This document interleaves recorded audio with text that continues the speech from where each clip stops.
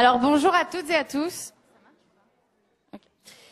Je suis Anastasia Melakrinos, membre du conseil étudiant du Printemps de l'économie et également étudiante à Paris 1 Panthéon-Sorbonne en licence d'économie.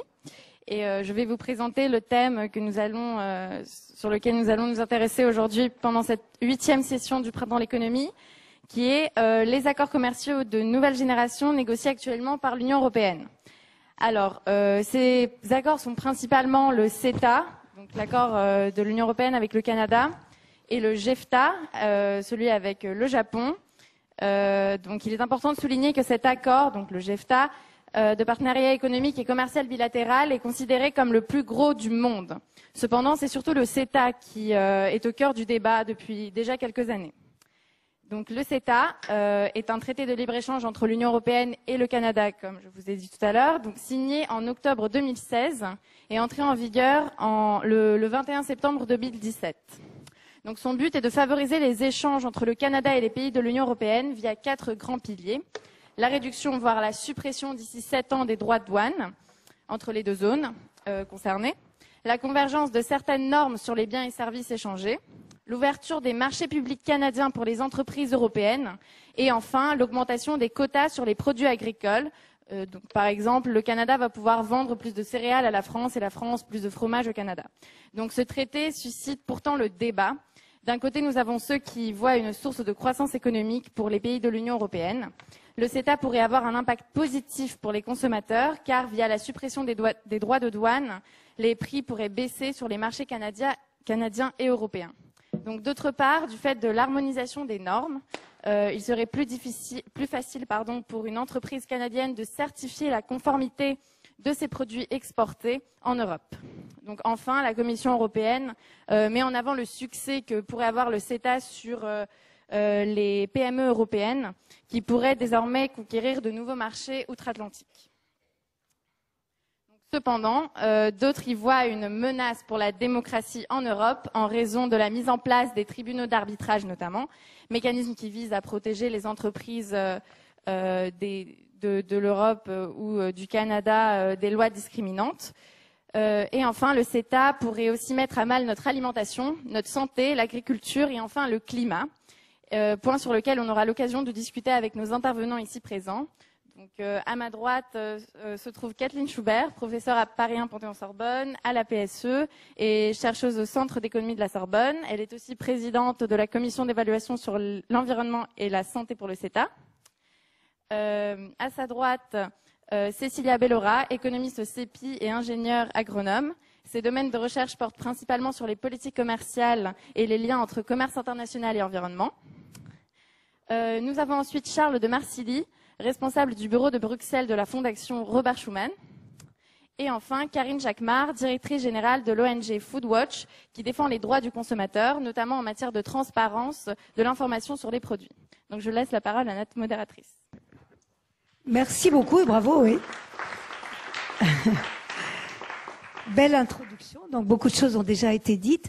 On vous dit le CETA, par exemple, est entré en vigueur, mais il y a eu cette commission dont Kathleen Schubert était la présidente, qui était chargée d'évaluer justement les impacts du CETA sur notre santé, sur l'alimentation, sur les normes en vigueur. Donc l'affaire n'est pas terminée, si j'ose dire. On est encore dans ce débat et on va vous expliquer pourquoi les uns et les autres. Mais c'est un des points sur lesquels on va sans doute passer pas mal de temps. Ensuite, ce que l'on va tenter de faire, déjà, c'est de définir des accords de nouvelle génération. Anastasia est passée là-dessus. C'est peut-être par ça que nous, on peut commencer, pour vous montrer de quelle manière les choses vont évoluer ou ont déjà changé, et pourquoi elles peuvent poser question, notamment à certaines associations, mais pas seulement.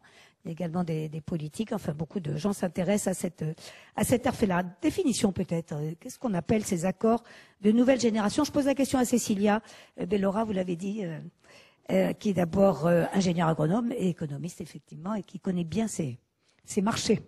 Alors bonjour. Tout d'abord, désolée pour la voix. J'espère que vous m'entendez. Car vous êtes un peu grippé. Je suis un peu enrouée, mais ça devrait aller. Alors, qu'est-ce que c'est qu'un accord de nouvelle génération et surtout pourquoi on appelle ça de nouvelle génération? Dans la mesure où, en fait, les accords commerciaux, ce n'est pas quelque chose de nouveau, mais historiquement, il s'agissait de baisser des tarifs douaniers Et en fait, ces accords de nouvelle génération vont au-delà de ça, c'est-à-dire que leur objectif est de libéraliser les échanges de biens, donc en baissant les tarifs douaniers qui restent encore, qui existent encore, mais également en éliminant tout ce qui est obstacle non tarifaire, donc obstacle autre que les tarifs douaniers. Et les accords de nouvelle génération ont aussi pour objectif de libéraliser les échanges de services, donc d'ouvrir l'accès au marché des services pour les partenaires commerciaux. Et ça passe donc principalement à nouveau par des barrières non tarifaires. Et du coup, c'est par exemple en permettant des accès au marché public ou également des accès aux investissements étrangers. Donc ça, c'est vraiment quelque chose de... C'est un peu la différence avec les accords d'avant. Depuis quand est-ce qu'on a des nouvelles générations, je dirais?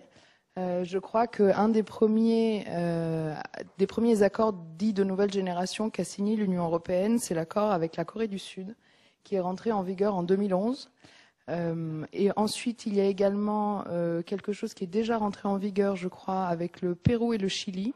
Et ensuite, il y a l'ensemble des accords qu'a cité Anastasia, qui sont soit en application provisoire, c'est le cas du CETA, soit en cours de négociation, donc avec le Japon, avec le Mercosur, avec l'Australie et la Nouvelle-Zélande en particulier. Voilà, puisqu'il faut savoir aussi, c'est le contexte, et peut-être que j'avais envie de commencer par là. Comme vous le savez, il existe une organisation mondiale du commerce qui a pas mal de difficultés depuis un certain nombre d'années. Les choses ne s'arrangent pas vraiment de ce côté-là. D'abord à cause, on va y revenir certainement, de la politique, la nouvelle politique conduite par les États-Unis, les tout récents événements qu'on aura l'occasion de commenter. Et puis parce que il y a eu pas mal de difficultés dans tous les grands cycles, Uruguay, je ne remonte pas sur toute l'histoire, mais qui ont posé beaucoup de complications entre les pays. Et il se trouve que ce multilatéralisme, qui était quand même un objectif rêvé par les Nations Unies, mais depuis même après la Seconde Guerre mondiale, est en train de vraiment perdre de la vitesse, et que les accords bilatéraux, qui n'ont jamais cessé, vous me dites si sont en train de prendre le dessus. Donc l'Union européenne, dont on va beaucoup parler ce soir, il faut savoir qu'elle conclut un très grand nombre d'accords bilatéraux. Et je crois que c'est bien de l'expliquer. Alors, est-ce la fin du multilatéralisme?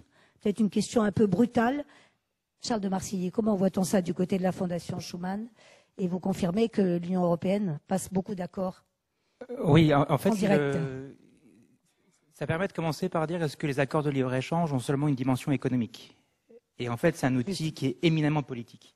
Et éminemment politique dans la capacité à essayer de promouvoir de façon bilatérale nos préférences collectives. Alors, elles peuvent être sociales, environnementales. C'est pas seulement, comme vous l'avez expliqué, de baisser les barrières et les tarifs douaniers, mais c'est d'aller plus loin, et puis aussi cette vision de la norme pour faciliter les échanges. Donc, il y a une partie économique, puis il y a une partie qui est très fortement politique.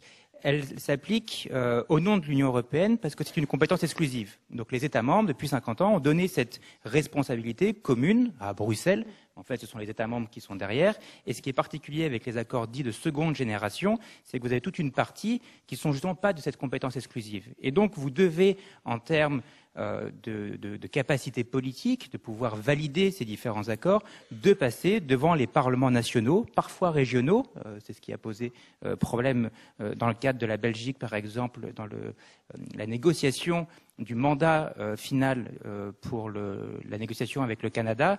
Et donc, on voit que ce qui était éminemment bruxellois, qui passait un peu par les chancelleries au sein des capitales, qui était assez discret, avec ces accords de seconde génération, ça ouvre des nouvelles opportunités, mais aussi des nouvelles craintes, des nouveaux risques. Et dans ce cas de figure-là, vous avez aussi une prise de conscience de la part des opinions publiques que ce n'est pas seulement quelque chose qui se passe à Bruxelles, mais que ça va avoir un impact sur nos préférences collectives aussi, parfois locales. Peut-être que vous reviendrez dessus. Et dans ce contexte-là, c'est plus seulement économique, c'est très politique. Alors la grande question, merci pour cette précision. La grande question, c'est au fond de quoi parle-t-on quand on parle de l'introduction de la norme? Et vous venez de dire c'est un sujet éminemment politique, et peut-être même on pourrait dire c'est un sujet culturel dans le sens très large du terme. Parce que la norme, au fond, ça veut dire quoi? Il y a certains pays pour qui, enfin on connaît un petit peu la question des OGM, je vous en avais évidemment tous entendu parler, ne pose pas de problème, on voit pas très bien pourquoi. D'autres pays, notamment très nombreux dans l'Union européenne, et leurs citoyens évidemment, pour qui ça pose au contraire des difficultés importantes. Donc c'est là que la dimension culturelle doit être prise en compte. Peut-être un commentaire du côté des associations, Karine Jacquemart, à ce sujet. Quand on parle d'introduction de la norme, ça va au-delà de la facilitation dont on parle. C'est plus compliqué que ça. Oui, on touche à beaucoup de choses. C'est-à-dire que la première nouvelle chose avec ces accords dits de nouvelle génération, comme ça a été décrit, c'est que ça s'appelle toujours des accords de commerce, et nous n'avons rien contre les accords de commerce, il n'y a pas un agenda caché d'être contre, mais là, ce sont des accords de commerce qui vont toucher justement aux normes, c'est-à-dire à nos préférences collectives. Et se pose la question de savoir comment on définit, comment on choisit nos préférences collectives. Par exemple, veut-on des OGM ou non? Quel degré de résidus de pesticides est-on prêt à accepter dans notre alimentation? Mais également au niveau des droits sociaux, de la protection de l'environnement. Et ce que ces accords mettent en jeu, si vous voulez, c'est ça. Pourquoi? Parce que non seulement l'objectif va beaucoup plus loin, puisqu'il s'agit d'harmoniser au maximum les normes, y compris sociales et environnementales, mais ces accords mettent en place des nouveaux dispositifs qui sont de véritables boîtes de Pandore. Et je m'explique, ce ne sont pas des craintes, comme on le dit souvent, mais vraiment des risques qu'ils présentent. Par exemple, il y a le premier point qui est que le principe de précaution n'est pas du tout garanti. Pourquoi? Parce que dans ces accords, il y a des chapitres qui sont contraignants et des chapitres qui sont indicatifs, mais pas contraignants. Et on trouve le principe de précaution au mieux mentionné dans beaucoup de ces accords en cours de négociation, au mieux mentionné une fois et dans le chapitre développement durable qui n'est pas contraignant. C'est juste un peu là pour rassurer tout le monde, mais ça ne va pas engager les parties. Alors qu'il y a des chapitres contraignants, et notamment des chapitres qui viennent de l'OMC, car les négociations à l'OMC multilatérales n'ont plus lieu, mais ce sont les règles de l'OMC que l'on est en train d'apporter dans les négociations bilatérales. Et il y a dans tous ces accords, avec le Mercosur, vous en avez entendu parler, le Canada et bien d'autres, un chapitre qui s'appelle sanitaire et phytosanitaire SPS. Donc c'est bien là qu'on va décider de tout ce qui touche aux pesticides et à beaucoup de sujets qui touchent à notre alimentation. Et un chapitre qui s'appelle timidement OTC, les obstacles techniques au commerce. Entendez là aussi un certain nombre de normes. Et ces chapitres-là font référence aux règles de l'OMC. Or, l'OMC ne garantit pas le principe de précaution. Donc d'un côté, on met le principe de précaution dans un chapitre non contraignant, et de l'autre côté, dans les chapitres qui, eux, vont avoir force de loi, parce qu'on parle bien d'accords internationaux, là, on fait référence à des règles de l'OMC qui ne respectent pas le principe de précaution. Et d'ailleurs, et je finis là-dessus, je pourrais revenir sur d'autres exemples, mais d'ailleurs, il faut se rappeler que l'Union européenne, quand nous avons décidé avec nos processus démocratiques à la fin des années 90 et au début des années 2000 d'interdire l'importation de bœuf aux hormones et également de décider de règles très strictes pour décider si l'on allait avoir des OGM ou pas, l'Union européenne a été attaquée devant l'OMC par les États-Unis, le Canada et d'autres pays sud-américains. Et l'Union européenne a perdu ces procès précisément parce que ces décisions, nous les avions prises sur la base du principe de précaution et que l'OMC ne les reconnaît pas. Or maintenant, on est en train de négocier des accords où on dit on ne tire aucune leçon, on va remettre les règles de l'OMC qui nous ont déjà fait perdre et on ne va pas préserver notre droit à prendre des décisions dans l'intérêt général sur la base du principe de précaution. Ça, par exemple, c'est la position, et c'est inquiétant. Voilà, et c'est les inquiétudes donc bien relayées par Karine Jacquemart des organisations nombreuses. Hein, vous êtes plusieurs à alerter un petit peu sur ces risques et ces dangers. On en prendra d'autres exemples, notamment le règlement des différends, qui vient lui aussi de l'Organisation mondiale du commerce entre États et entreprises. C'est un exemple important. Alors c'est pour cela, vous vous souvenez tous bien entendu des éléments de la campagne présidentielle que nous avons connue l'an dernier.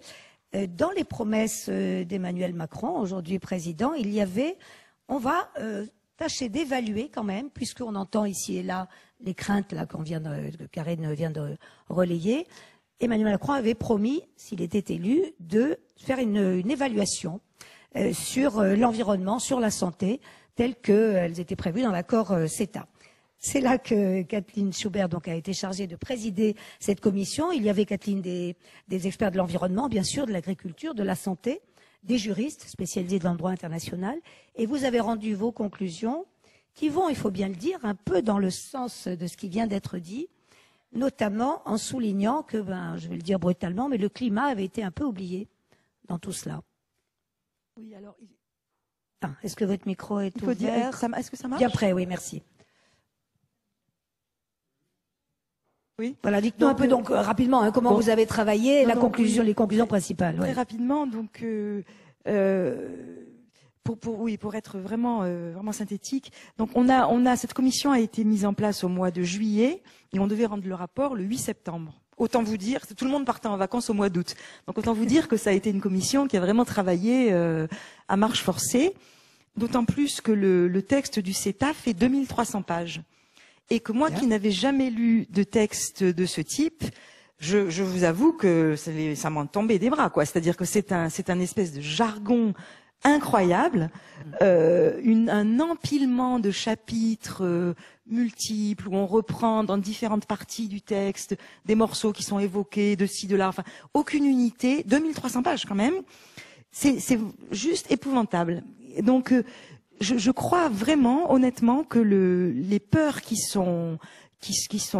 existent autour du CETA sont en partie liées à cette illisibilité totale des textes. Qui donne une opacité totale. Qui donne une opacité totale, parce que aucun citoyen normal ne peut se lire les 2300 pages. C'est juste pas possible. Vous voyez, donc, et ça pour moi, c'est vraiment un point important, d'autant plus que dans ces 2300 pages, il y a des répétitions énormes, que je suis vraiment persuadée qu'on pourrait faire un résumé en 30 pages, tout à fait lisible par tout le monde. Donc, je crois qu'il faut vraiment souligner ça. Et on peut le dire de beaucoup d'autres textes. Hein. Voilà. Donc les peurs sont un peu nourries par cette opacité qui vient de la façon dont ces accords sont négociés. Ils sont négociés sur très très longue durée. La négociation a commencé en 2005, donc les gens ont commencé à écrire des choses. Ça a duré pendant 13 ans. Voilà. Ça c'est le premier point. Le deuxième point que je veux souligner aussi, c'est que dans les économistes, nous, ont beaucoup survendu je pense, les vertus du libre-échange. Bon, c'est le sujet du printemps de l'économie, mais le libre-échange a beaucoup de vertus, c'est démontré par la théorie économique depuis très longtemps, mais enfin, il a quand même quelques petits défauts. Et en particulier, il peut être la cause de ce qu'on appelle des externalités négatives, des choses qui sont par exemple de nature environnementale ou et qui si c'est des pertes importantes qui sont créées par le libre-échange, peuvent annuler les bienfaits économiques. Les économistes ont toujours mis en avant les bienfaits économiques et ont très peu finalement parlé des externalités négatives en matière environnementale.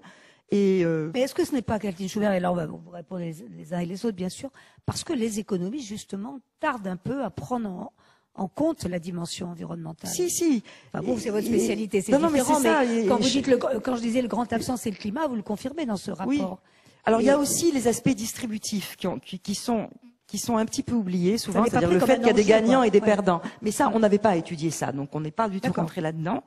Mais il est frappant, donc en lisant ces 2300 pages, que il y a partout des bonnes paroles, disons, partout dans le texte, c'est ce que Karine a dit.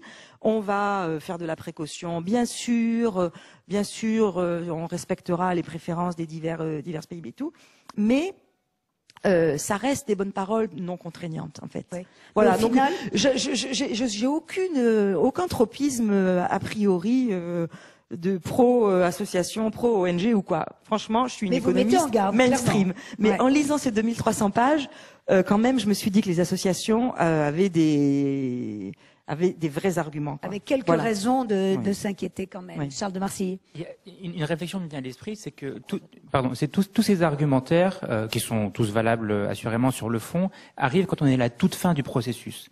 Et là, il y a un problème qui est majeur, c'est que Bruxelles, les négociateurs s'appuient sur un mandat au début du processus, dans certains cas, c'était il y a plus de 10 ans, qui n'est pas révisé, et vous arrivez à la fin du processus, et là, on vous dit, maintenant, il faut que ça passe. Alors, si c'est première génération, ça passe à Bruxelles, un peu comme une lettre à la poste. Si c'est seconde génération, ça doit passer devant les parlements nationaux. Là, tout le monde s'affole. Chacun, évidemment, veut tirer sa propre carte du jeu en disant, moi, j'ai un souci. Alors, c'est l'environnement, l'énergie, ça peut être la nourriture, ça peut être ce que vous voulez. Chacun va avoir sa propre grille de lecture, va essayer de la faire valider, soutenir par un ou deux députés, le porter sur BFM Télé. Et puis, tout d'un coup, on s'aperçoit que c'est un monstre bureaucratique qui, par nature, est un monstre bureaucratique, puisque les lignes font qu'on doit essayer de légiférer au maximum sur un accord entre 2, 3, 4 parties. Et donc, c'est du bilatéral, parfois c'est du mini-latéralisme avec quelques participants. Et donc, de facto, oui, c'est quelque chose qui est très difficile à lire. Je ne sais pas qui ici a lu un traité, quel qu'il soit, commercial ou non, c'est par nature complexe. Et plus vous allez rentrer dans les détails, et plus vous pouvez avoir des différends avec un D pendant des années pour savoir comment l'interpréter. Donc, quand on commence à ça devienne un sujet d'opinion publique, par nature, vous allez avoir des personnalités qui vont être capables de le traduire, le travail que vous avez effectué, le travail qu'on effectue nous aussi, mais avec une grille de lecture qui est un peu biaisée, alors qu'il faut se rappeler que les accords de libre-échange sont en fait une superposition d'échiquiers. Et donc vous avez l'échiquier de votre adversaire, les Canadiens par exemple dans ce cas-là, l'échiquier français, qui doit s'associer avec les échiquiers de tous ses partenaires européens. Ça fait un échiquier global à Bruxelles qui doit ensuite être défendu pendant 10 ans. Donc, par nature, c'est très complexe et il est évident que chacun trouvera un truc qu'il estimera complètement pourri au royaume des accords commerciaux, mais qui en pratique se légitime un petit peu parce que tous ces échiquiers, à la fin, doivent en faire qu'un seul. Quelques exemples, peut-être, Cécilia Bellora, de ce qu'il y a dans ces accords. On reste sur le CETA encore un moment. Et alors, quand même, pour vous dire, mais ça a été rappelé par Anastasia, vous avez rendu votre rapport début septembre, le CETA a démarré de manière provisoire. On en est là actuellement. Malgré tout ce que vous dites, il est en cours. On est d'accord pour l'instant. Il est en cours. Pour être clair, en fait, les parties du CETA qui sont de la compétence de l'Union européenne, comme l'a dit Charles de Marcy, sont en vigueur. Les parties purement commerciales sont déjà en vigueur parce qu'elles sont de la compétence exclusive de l'Union européenne. Les parties qui sont de la compétence des pays, elles ne sont pas en vigueur. Elles doivent être ratifiées par les parlements nationaux. Chaque parlement national doit voter dessus. Cécilia, en fait, pour être précis, il y a 2 parties qui ne sont pas appliquées. L'une qui concerne des investissements dits de portefeuille, bref, certaines formes d'investissement. Et la deuxième, c'est quelque chose dont vous avez sûrement entendu parler, qui est celui du tribunal d'arbitrage entre investisseurs privés et États. Voilà. Et ça, c'est un exemple très fort. Voilà. On peut passer un peu de temps là-dessus. Ça donnerait un peu une idée de ce qui... Exemple. Prenons un exemple. ISDS. En Allemagne, il y en a eu un pas mal. Vous en avez peut-être d'autres. Oui, tout à fait. Alors, en fait, tout d'abord, qu'est-ce que c'est que ces histoires de tribunal d'arbitrage entre États et investisseurs privés? En fait, ce sont des tribunaux internationaux ad hoc qui permettent de régler donc des désaccords entre, comme le dit le terme, un investisseur privé, donc une entreprise, et un État. Dit comme ça, qu'est-ce que c'est que ce truc? D'abord, peut-être un peu d'histoire et pourquoi ça existe. Le premier tribunal de ce genre qui a été mis en place, c'est quelque chose qui a été mis en place dans un accord de 1959, et c'était un accord entre l'Allemagne et le Pakistan. Donc c'est quand même. Et donc l'optique à l'époque était de dire on n'arrive pas à investir dans les pays en développement parce qu'il y a une très forte insécurité institutionnelle. Donc les entreprises ont peur d'investir, de construire des usines et ensuite d'être expropriées par l'État où elles investissent. Et du coup on avait un peu externalisé la compétence d'arbitrage là-dessus en mettant en place des tribunaux ad hoc internationaux. Mais en fait, ce genre de tribunal a continué à exister et même l'ALENA, donc l'accord de libre-échange nord-américain, a un peu élargi même les compétences. Et aujourd'hui, on se retrouve dans les accords entre Union européenne et Canada, où il n'y a plus du tout une question de pays en développement ou de difficultés institutionnelles avec ce genre de tribunal. Et du coup, qu'est-ce que peuvent faire ces tribunaux? En fait, ils ne peuvent pas empêcher un État de légiférer, mais néanmoins, ils peuvent donner des amendes qui peuvent être très importantes et qui du coup peuvent modifier les réglementations des pays par un effet important, de donc gel, dissuasive, complètement dissuasive. Voilà. Exemple, du coup, arrivons à ces questions d'exemple. Je pense que les 2 exemples les plus connus en matière justement d'environnement, c'est les 2 cas de l'entreprise suédoise qui s'appelle Vattenfall contre l'Allemagne. Le premier est un peu plus ancien, en fait, concerne une centrale à charbon que Vattenfall devait construire pour la ville de Hambourg en Allemagne. Et donc Vattenfall a commencé par signer un accord pour mettre en place cette construction. Et entre guillemets, le pré-accord dont je vous parle et l'accord définitif, l'Allemagne a changé ses règles environnementales, et en particulier ses normes sur la qualité de l'eau qui devait être rejetée par les centrales à charbon. Et typiquement, il y avait des contraintes plus fortes sur la température de sortie des centrales. Vous voyez, c'est super technique quand même. Et du coup, Vattenfall, donc l'entreprise suédoise qui devait construire la centrale, a dit non, moi je ne suis pas d'accord. En fait, ce que vous êtes en train de faire, c'est de l'expropriation indirecte, c'est ça le terme technique. Ça veut dire vous êtes en train de me priver d'une partie des bénéfices que je pensais pouvoir tirer de ma centrale, parce qu'en fait, les normes vont être beaucoup plus contraignantes et moi, j'avais pas prévu ça. Du coup, Elle a porté plainte devant le tribunal d'arbitrage du traité international de l'énergie. Vous voyez, c'est même pas une question d'accord international, enfin d'accord commercial, c'est pas spécifique à ça. Et elle a demandé un dédommagement. Le dédommagement était de 1,4 milliard d'euros. C'est quand même pas des cacahuètes. On disait dissuasif. Voilà, c'est dissuasif. Et du coup, l'Allemagne, plutôt que de payer ça et d'aller à l'arbitrage, a adouci ses règles environnementales pour que la construction puisse se faire. Deuxième cas, avec une demande de dédommagement qui est beaucoup plus importante, c'est-à-dire que là, on va parler de 4,7 milliards d'euros. C'est encore pire. C'est toujours Vattenfall, toujours contre l'Allemagne, cette fois-ci sur des questions de centrales nucléaires. C'est-à-dire qu'en fait, l'Allemagne, en 2010, avait prolongé la vie, je crois, de 6 ans de certaines centrales nucléaires, dont certaines qui étaient justement gérées par Vattenfall. Vous connaissez tous, catastrophe de Fukushima. En 2011, l'Allemagne dit stop, on sort de tout ça. Et ils arrêtent, je crois, 6 centrales parmi les plus vieilles, parmi lesquelles celles gérées par Vattenfall. Rebelote, Vattenfall dit problème, expropriation indirecte, amende, 4,7 milliards d'euros. C'est en cours. Ça n'a pas été statué. On ne sait pas. Mais c'est très important parce qu'on voit bien comment un État qui prend des dispositions quand même en faveur de sa population, parce que il y a un risque nucléaire en l'occurrence, ou un risque de santé. Ça peut arriver aussi sur certains produits interdits dans un pays et pas dans un autre. L'entreprise peut dire mais si vous m'interdisez d'exporter ce produit-là, vous me dédommagez. Et là, on est quand même dans une situation où tout d'un coup, ce ne sont plus les États qui décident. Absolument. Alors, et en fait, le vrai sujet là-dessus, c'est qu'on se rend compte que ce genre de tribunal statue sur l'application des critères qui sont, enfin, sur ce qui a été signé dans l'accord dont dépend le tribunal. Mais si l'accord ne cite pas, en particulier, l'intérêt général, et si l'accord ne cite pas la possibilité de légiférer en termes environnementaux et la liberté de le faire, du coup, le tribunal n'a aucune raison de faire respecter ça. Lui, il vérifie juste que l'accord a été bien appliqué. On a d'autres, pardon, Cécilia, on a d'autres exemples dans l'alimentation, par exemple, très parlant comme ça. Oui, et puis je voudrais dire un mot de démocratie, mais quand vous disiez, il faut que les accords écrivent. Alors du coup, comme il y a eu beaucoup de remous publics, vous avez entendu parler de ces tribunaux d'arbitrage peut-être, et il y a eu beaucoup de résistance au niveau européen. Alors dans les textes, on a rajouté, mais ne vous inquiétez pas. Voilà, mais ne vous inquiétez pas, ne soyez pas choqués, ne soyez pas inquiets. Nous avons écrit que les États pourraient continuer de réguler pour des décisions de politique publique légitimes. Ah, mais qui c'est qui juge de si c'est légitime ou pas? C'est les mêmes tribunaux privés. Vous m'avez compris? On peut rassurer avec des formules très générales. Il n'empêche que juridiquement, après, ça n'est pas contraignant. Donc en fait, si on remet en perspective, de quoi on parle? On parle d'à peu près une dizaine d'accords de commerce bilatéraux que l'Union européenne est en train de négocier, dont les mandats de négociation, c'est-à-dire que les États membres donnent mandat de négociation, sont très vieux, comme on le disait tout à l'heure. Par exemple, l'accord en train d'être finalisé avec le Mercosur, donc 4 pays d'Amérique latine, le mandat date de 1999, et surtout, ils ne sont pas publics. Donc les mandats ne sont pas publics, les textes de négociation ne sont pas publics. Attention, ils sont publics, dit Cécilia Bellora. Non. Êtes-vous Le d'accord? Mercosur n'est pas public. Le Canada l'était.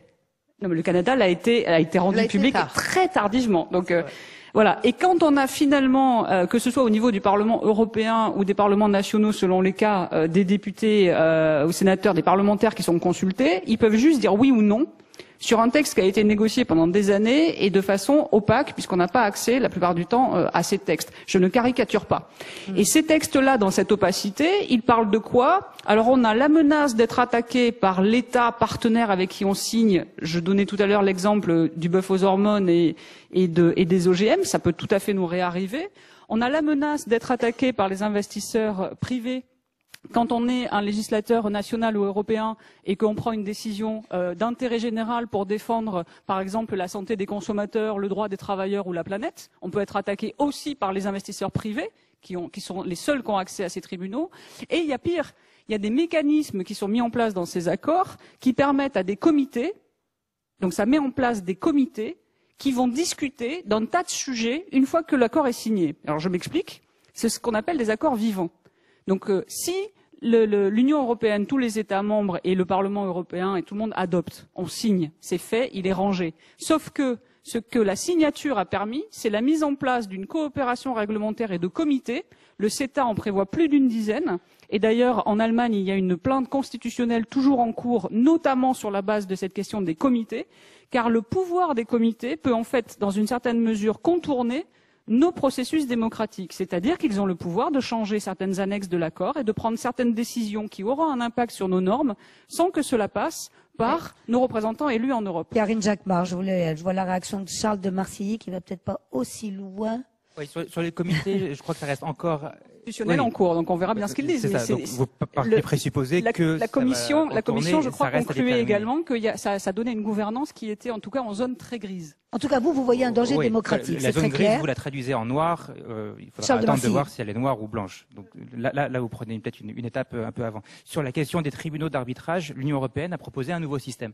Donc vous l'avez souligné, on travaille sur un système, on a un système aujourd'hui qui date d'il y a 50 ou 60 ans, et en juillet 2016, la Commission a proposé un système dans le cadre des accords de négociation avec le Canada qui change un peu la donne, parce qu'en fait, vous aviez quoi? Vous aviez des cabinets d'avocats spécialisés, et c'était eux qui faisaient ce boulot-là, donc c'était plutôt une doctrine américaine dans la conception. Et là, c'est pas qu'on va avoir une doctrine européenne, mais avoir un équilibre. Donc ce qui était proposé, c'est d'avoir 15, de mémoire 15, vous me corrigez si sur les nombres je suis pas bon, mais il y a 15 juges, 5 de l'autre partie, 5 européens, puis 5 indépendants.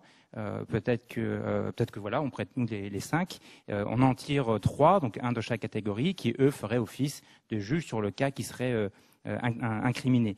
Une seconde réflexion qui me vient à l'esprit, c'est démocratique pour le coup, parce qu'on quitte quand même la spécialisation, l'hyper-spécialisation des cabinets d'avocats. En tout cas, on sort de ce système où on avait le sentiment que c'était les préférences collectives de l'autre côté, même si le Brexit nous aide à avoir des préférences collectives continentales. Catherine Schubert voulait aussi commenter. Ça reste les experts des mêmes cabinets d'avocats. Hein. Oui, non, mais il y a quand même un point très Catherine Schubert important. Sur ce point. Il y a un point très important qu'il faut souligner, c'est que dans la première version de l'accord, les juges étaient des juges privés, c'est-à-dire en fait qui étaient payés par les partis. Et dans la version actuelle, donc principalement d'ailleurs de façon importante sous la pression des associations, les juges vont être des juges qui sont payés par les États et la Commission. Et donc c'est quand même très différent, parce que quand vous êtes payé par les grandes entreprises qui veulent que qui vont quand même vous pousser à obtenir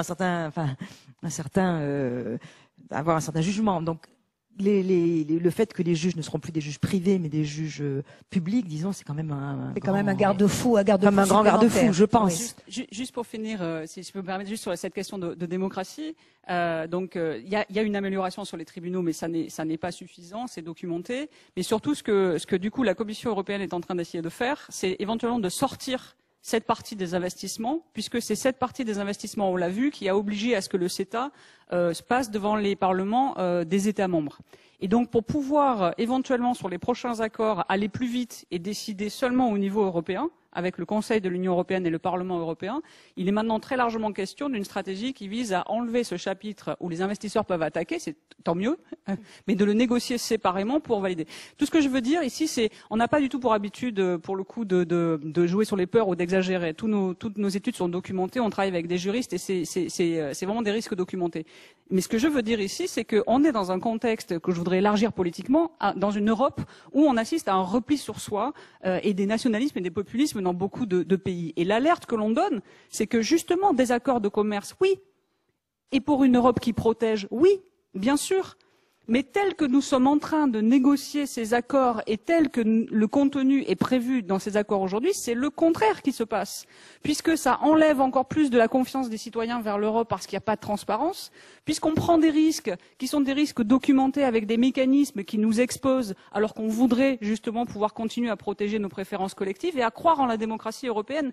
Et toute la question, c'est pourquoi on se tirerait une balle dans le pied en acceptant des traités dont on connaît les faiblesses, plutôt que de se donner le temps de dire, puisqu'on connaît les faiblesses, et le rapport de Kathleen Schubert pour cela est éloquent, corrigeons ces faiblesses, faisons des vrais accords de commerce qui permettent de protéger à la fois le climat, les droits humains et d'améliorer le commerce, et améliorons la démocratie en Europe. C'est ça la route à prendre. Et ce qui est aujourd'hui incompréhensible, c'est une fuite en avant qui nous inquiète parce qu'elle est en plus antidémocratique. Charles de Marseille. Le présupposé de tout ça, c'est Bruxelles, c'est l'autre, et que la France ne participe pas aux prises de décision à Bruxelles. Si, la France peut mettre son veto quand ils le veulent. Donc là, le levier démocratique... Et Bruxelles, comme vous l'avez précisé, c'est pas une entité abstraite. Bruxelles, ce sont les États. Et les États, c'est nous. Hein. Donc, et les États, c'est nous. Il y a un lien direct. Après, dans notre système, et là je vous rejoins, c'est vrai qu'il y a peut-être un manque de débat au niveau du Parlement, ce qui n'est pas le cas dans tous les États membres. Donc vous avez des États membres où ça passe devant le Parlement, vous avez un vote, vous avez un suivi, vous avez une responsabilisation du politique, puis après du ministre qui va à Bruxelles négocier, puis après du chef d'État et de gouvernement qui va le ratifier. Dans notre système, et qui rend des comptes sur son territoire. Dans notre système, on fait ça à la fin de la bataille, avec une prise de risque politique qui est très importante, où si la France dit non, c'est-à-dire que tout s'écroule. Est-ce qu'un État membre veut prendre ce risque? Donc là, on est sur du politique, pas sur de l'économique. Peut-être que on pourrait essayer d'engager, d'avoir au moment de la négociation préalable, d'avoir au moment où on va donner ces lignes directrices à la Commission, ou le moment où l'État va pouvoir s'investir, s'engager, d'avoir à ce moment-là les discussions, et puis d'avoir des clauses de révision, même au moment du mandat, ce qui aujourd'hui n'existe pas. Donc vous avez raison, si on négocie aujourd'hui sur des choses qui ont été décidées il y a 15 ans, sans avoir la moindre idée de ce qui allait se passer aujourd'hui, oui, ça laisse songeur. Là, je vous rejoins pleinement. Par contre, dire c'est les autres qui, et nous on subit, ça c'est un peu compliqué. Et puis un autre élément, et ça je crois qu'on a parfois du mal à en prendre conscience, c'est que nos préférences collectives françaises ne sont pas forcément les mêmes que celles de nos amis de Finlande, je sais pas, de Suède, d'Allemagne, d'où vous voulez. Et donc là, il y a aussi un compromis sur chaque étape du mandat. Et quand vous avez cette discussion à Bruxelles, chacun lâche un petit peu de l'est. Donc oui, il y a certains secteurs qui vont se sentir dévalorisés ou pas suffisamment soutenus, d'autres au contraire qui vont dire qu'ils ont plutôt gagné. Vous avez une négociation, je trouve que l'image des échiquiers est assez parlante. Vous avez aussi des échiquiers par État, et dans chaque État, vous allez avoir des sous-distinctions par secteur, de savoir qui va être plus puissant ou pas, quelle société civile sera la plus bruyante. Donc c'est assez complexe de pouvoir arriver à cette ligne finale. Maintenant, une fois qu'elle a été définie, est-ce qu'on peut avoir des clauses de révision et s'engager justement à avoir une sorte de contrôle? Et c'est peut-être là que d'un point de vue démocratique, il faudrait davantage travailler.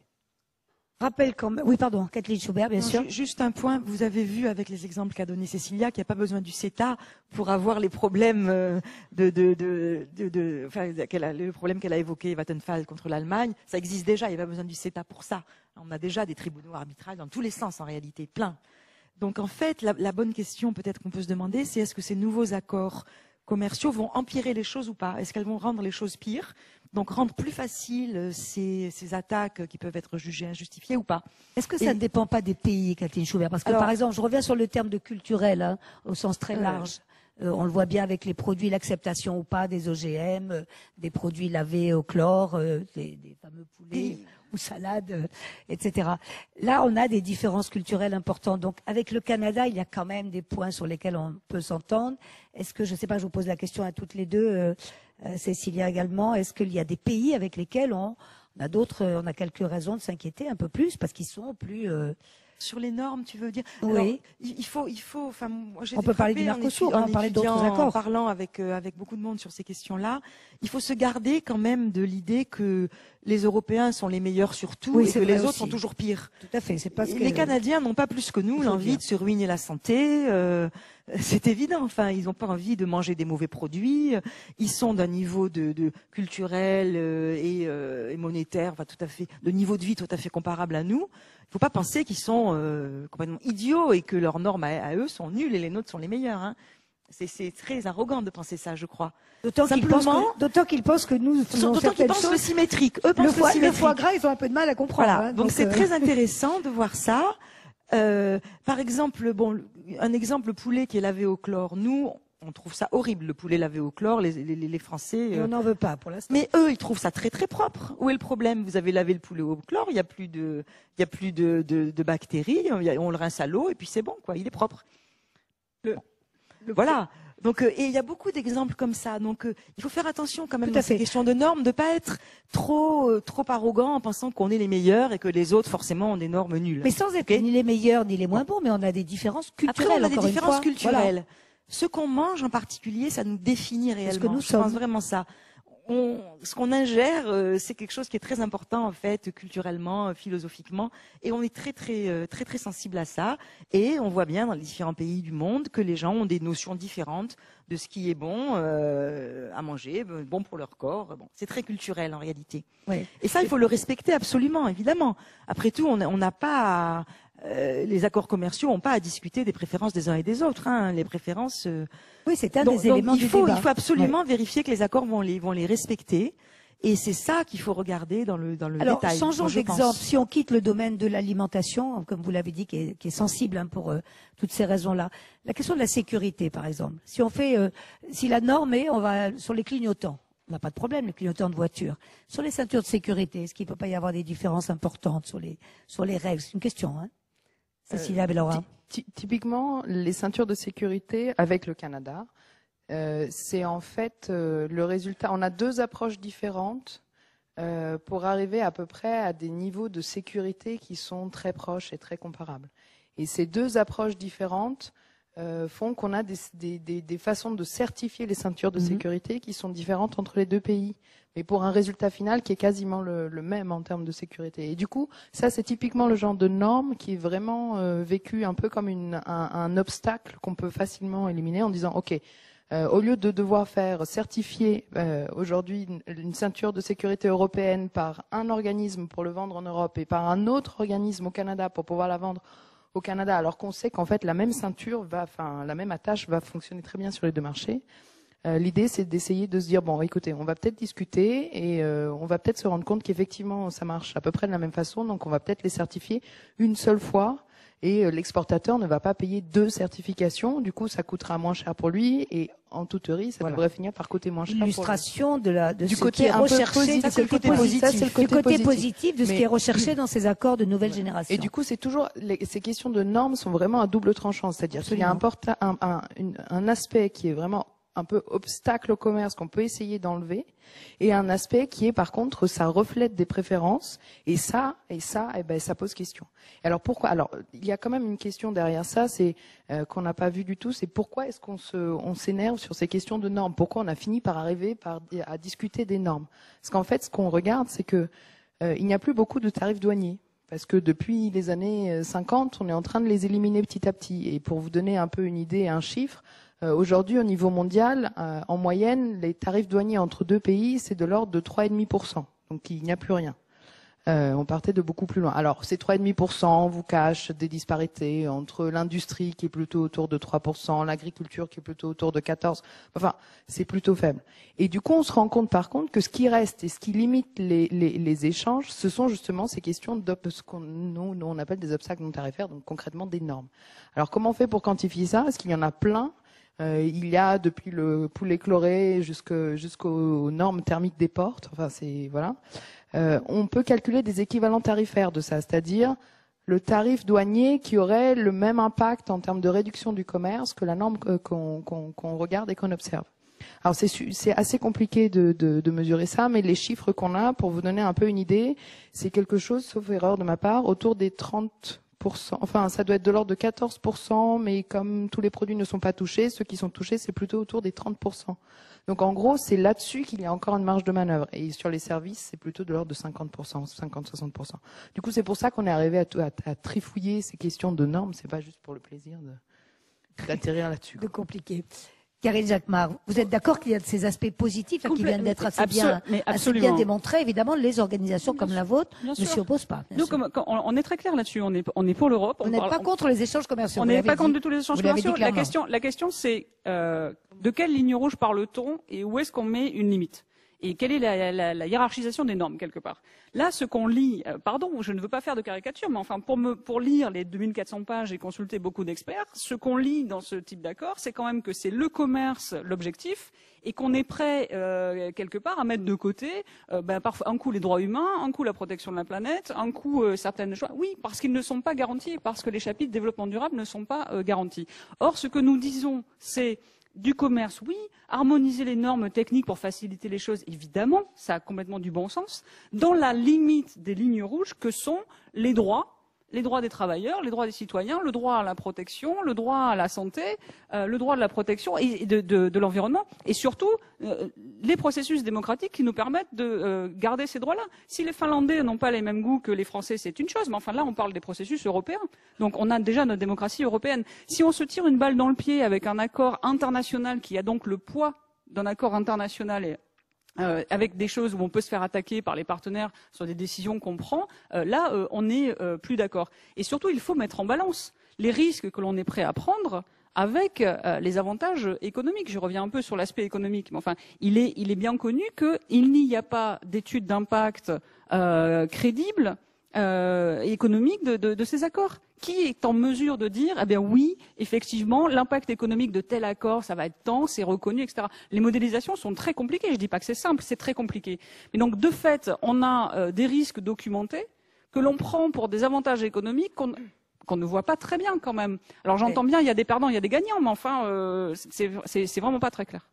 Alors, oui, on va avancer un petit peu pour savoir qu'est-ce qui peut se passer maintenant, hein, au stade où on est. On vous parle beaucoup du CETA, mais c'est vraiment une illustration assez forte. On pourrait dire un mot du Mercosur ou d'autres accords, ou d'accords bilatéraux d'ailleurs, mais c'est quand même...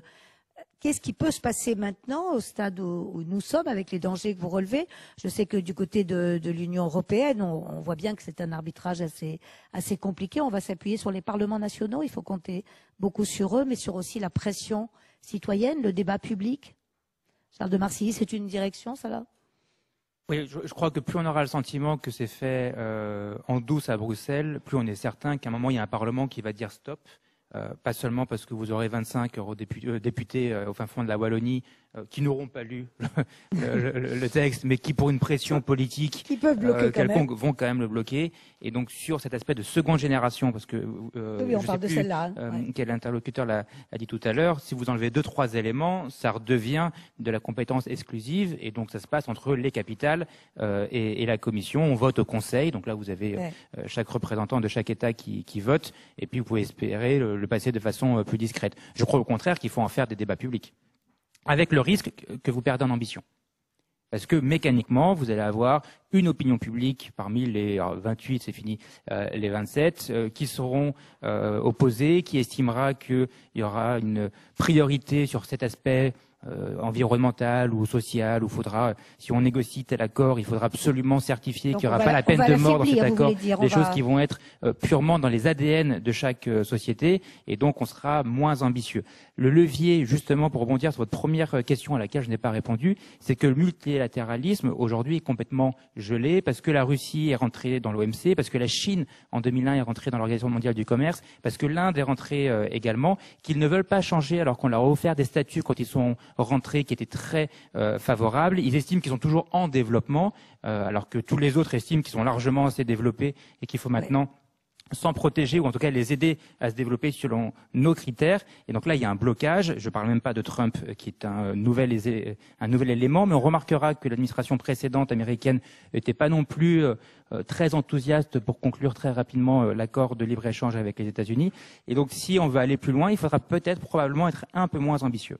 Et oui, donc réduire un petit peu les marges de manœuvre des décideurs, des négociateurs, pour laisser la place à l'expression plus citoyenne. Et le rôle des députés qui ont cette mission de porter cette préoccupation. Et des craintes légitimes, hein, si l'on entend. Caroline, vous vouliez ajouter autre chose, Cécile Ablora, sur qu'est-ce qui peut se passer maintenant? Pas seulement pour le CETA, mais pour ces accords-là. Comment voyez-vous évoluer les choses? Avec évidemment la nouveauté Trump, hein, qui est quand même ironiquement, c'est la Chine qui se met à défendre les accords maintenant. Après, bon, pour le CETA, voilà, maintenant on est passé dans la phase de ratification par les parlements. En France, ça devrait se passer vers l'été. Donc maintenant, les discussions sont au niveau national. Après, effectivement, la question, c'est de savoir, comment on va au-delà, qu'est-ce qu'on fait des futurs accords, qu'est-ce qu'on fait de ceux qui sont en cours avec les mêmes problèmes de vieux mandats, pas forcément bien discutés, etc. En sachant que, comme on le disait au début, il y a des objectifs de ce type d'accord qui vont au-delà de la simple question économique. Bon, rien que le fait que, par exemple, l'accord avec le Japon, la finalisation a été annoncée la veille du G20, où on savait que justement Trump allait faire encore un speech protectionniste, c'est quand même avant tout un signal politique de maintien de l'ouverture du dialogue entre deux pays. Donc en fait, il y a des éléments derrière ces accords qui vont au-delà de l'économie. Et qui du coup font que ce type d'accord peut encore avoir une utilité. Et par exemple, on peut très bien avoir des discussions sur le fait de dire au final, le commerce, on peut peut-être l'utiliser comme un levier pour inclure des normes environnementales avec les partenaires en face. C'est ce qu'avait essayé de faire un peu ça a été perdu en cours de route, mais l'accord transpacifique, quand ils étaient encore 12 États, il y avait des normes sociales en particulier. On pouvait les discuter, mais c'était un peu un pas dans ce sens-là, où si elles n'étaient pas appliquées, du coup, il pouvait y avoir des rétorsions commerciales au sein des partenaires. Donc voilà, donc du coup, il y a, je pense, un peu une idée de, comment dire, le message d'un peu de dire, c'est pas la peine de jeter le bébé avec l'eau du bain, il faut peut-être qu'on essaye d'effectivement avancer vers quelque chose de mieux. Dans un contexte politique, on le rappelle, assez tendu. Oui, moi, je suis d'accord qu'il ne faut pas jeter le bébé avec l'eau du bain. Je pense que si on veut vraiment faire des accords nouvelle génération, c'est-à-dire des accords qui englobent bien plus que le commerce, il ne faut pas les laisser négocier à Bruxelles par juste la DG Commerce, tout simplement. C'est-à-dire que je pense que dans les négociations, c'est pas juste enfin, il faut que soient associés les administrations qui s'occupent également des questions environnementales en particulier, des questions pour que vraiment ce soit des accords englobants qui dépassent le simple aspect commercial. Pour qu'on mette des clauses environnementales qui soient des clauses sérieuses et réellement contraignantes, que des clauses climatiques également soient contraignantes et pas juste des paroles pieuses, des bonnes paroles, voilà. Et je pense que c'est possible. On avait essayé dans la commission de faire un certain nombre de propositions précises là-dessus. Un exemple, on s'était dit qu'une idée pas idiote a priori serait d'introduire ce qu'on pourrait appeler un veto climatique, ce qu'on a appelé un veto climatique. Dans les tribunaux arbitraux, là, dont on a parlé, on pourrait très bien envisager le fait que quand un État prend une nouvelle loi, une réglementation visant à protéger le climat, alors les entreprises canadiennes, en l'occurrence, n'ont pas le droit, simplement, il y a un veto, elles n'ont pas le droit d'aller attaquer cet État devant le tribunal arbitral. Voilà, donc des choses comme ça. Il est possible, à mon avis, de trouver vraiment des choses très concrètes à faire. Il y a aussi évidemment de la transparence, le fait qu'il faut essayer de se prémunir au maximum des lobbies par les méthodes habituelles. Mais il y a beaucoup de choses très concrètes à faire qui permettent d'avancer quand même dans la voie de ces traités. Ne pas se fermer à la Trump, évidemment. C'est pas bien le moment maintenant. On n'est pas en train de prôner le protectionnisme. Voilà, et donc d'avancer quand même tout en rendant ces traités vraiment satisfaisants par rapport à leurs objectifs, je pense. Et bien sûr. Karine Jacques-Marais, les propositions que vous faites vous aussi, hein, vous avez très récemment d'ailleurs, vous venez de le publier. Merci, oui, on vient de publier, c'est sur le site foodwatch.fr, il y a un rapport sur 5 accords que l'Union européenne est en train de négocier, au-delà du CETA, donc avec le Mercosur, mais aussi le Japon, le Vietnam, l'Indonésie et d'autres. Et il y a les propositions de Foodwatch. Mais les propositions, elles vont essentiellement dans le sens de ce que je disais, c'est renégocions pour faire des accords de commerce qui certes alimentent le commerce et aident le commerce, mais aussi respectent, voire renforcent les engagements internationaux des droits de l'homme, de la protection de l'environnement, de l'accord de Paris, etc. Et il y a, vous aviez raison, hein, c'est évidemment pas Bruxelles contre nous, nous contre Bruxelles, ça n'aurait aucun sens. Ce sont les États membres qui votent au Conseil de l'Union européenne. Hein, et ce sont les députés européens qui votent au Parlement européen. Eh bien, le gouvernement français, suite à la publication du rapport de la commission d'experts présidée par Kathleen Schubert, le gouvernement s'est engagé à un plan d'action l'année dernière en octobre, insuffisant à nos yeux, mais le problème c'est qu'il n'est toujours pas mis en œuvre et qui consiste à surveiller le CETA. On aurait aimé qu'il soit renégocié, il est surveillé, bon on verra bien, mais surtout avec des engagements pour dire, eh bien maintenant les prochains accords, effectivement on va rendre le chapitre développement durable contraignant, effectivement on va faire en sorte qu'il y ait de la transparence, effectivement on va faire en sorte que le principe de précaution soit respecté et qu'on puisse défendre des valeurs importantes et qu'il y ait un veto climatique. Eh bien on a publié la semaine dernière avec nos partenaires de l'Institut Veblen et de la FNH un suivi de ce plan d'action. FNH, c'est la Fondation pour la Nature et l'Homme, l'ancienne Fondation ILO. Et on est très loin du compte. Et il est là le problème. Le problème, c'est qu'il y a une fuite en avant. Donc la France, puisque là on est en France, je m'adresse toujours au gouvernement français. La France, en tant qu'État membre, a un rôle clé à jouer et nous pensons qu'elle peut le jouer, mais il faut aller plus vite pour convaincre nos partenaires européens, mais aussi nos partenaires commerciaux, le Canada et les autres, de dire attention, nous avons tous une responsabilité de faire en sorte que les accords commerciaux aillent plutôt dans le sens de la démocratie plutôt que le contraire. Faisons une pause, revoyons les problèmes et les endroits où il y a des risques qui sont documentés et améliorons les choses. Donc il ne faut pas jeter le bébé avec l'eau du bain, mais enfin on ne va pas non plus s'entêter dans une situation qui nous met en danger alors qu'il y aurait des solutions. Donc il faut réformer la politique commerciale européenne pour aller dans le bon sens. On va voir vos questions dans un moment, hein, Charles de Marcilly auparavant. Deux réflexions très rapides. La première, c'est qu'il ne faut pas sous-estimer que dans la plupart des accords, la partie forte, c'est nous. C'est nous. C'est l'Union européenne qui est attractif. Tout le monde.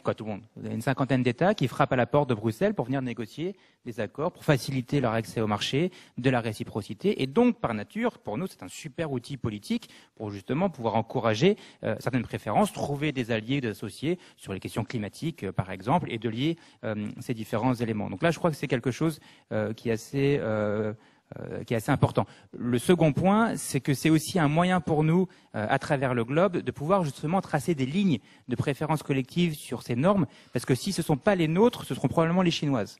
Et là, vous avez aussi d'autres États, et c'est la logique que les Canadiens avaient derrière. Nous, on disait, c'était le petit frère pour faire entrer les États-Unis. Mais la logique que Obama avait mis aussi en avant, c'était États-Unis, Europe, c'était pour essayer de contraindre le reste du monde à nous suivre et pas être dépendant d'une autre puissance X ou Y. C'était la logique politique qui était derrière. Entre-temps, les Américains ont baissé.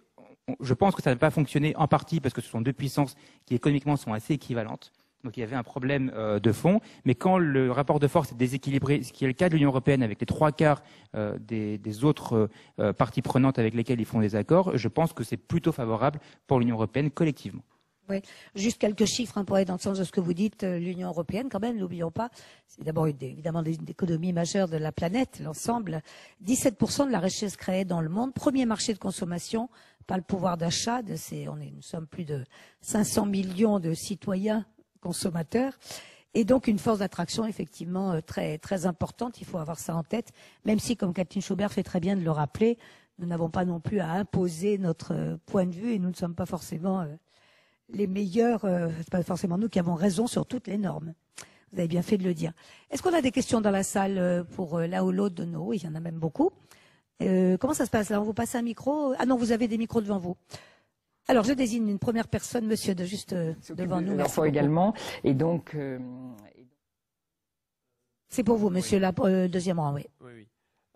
Donc, là, vous avez dit un peu comment fonctionnaient ces accords, mais vous avez très peu parlé, alors un tout petit peu en tant qu'outil politique, mais vous avez très peu parlé des gains ou des pertes pour le citoyen européen. En gros, pourquoi on a besoin de ces accords et en quoi le citoyen européen se porterait plus mal si on ne concluait pas ces accords? On a donné quelques exemples de gains possibles en termes notamment de pouvoir d'achat. Je peux rapidement vous rappeler quels sont les outputs des études d'impact là-dessus, avec toutes les pincettes qu'on peut prendre. Mais par ailleurs, c'est pas sur ce genre d'accord typiquement. Alors, j'ai pas en tête les chiffres UE Canada. J'ai plutôt en tête les chiffres de ce qui était UE TTIP, ou TAFTA, donc États-Unis. On est sur des gains donc à long terme, donc une fois qu'on est arrivé à l'équilibre, de l'ordre de 0,3% de PIB, un truc comme ça. Donc c'est tout petit.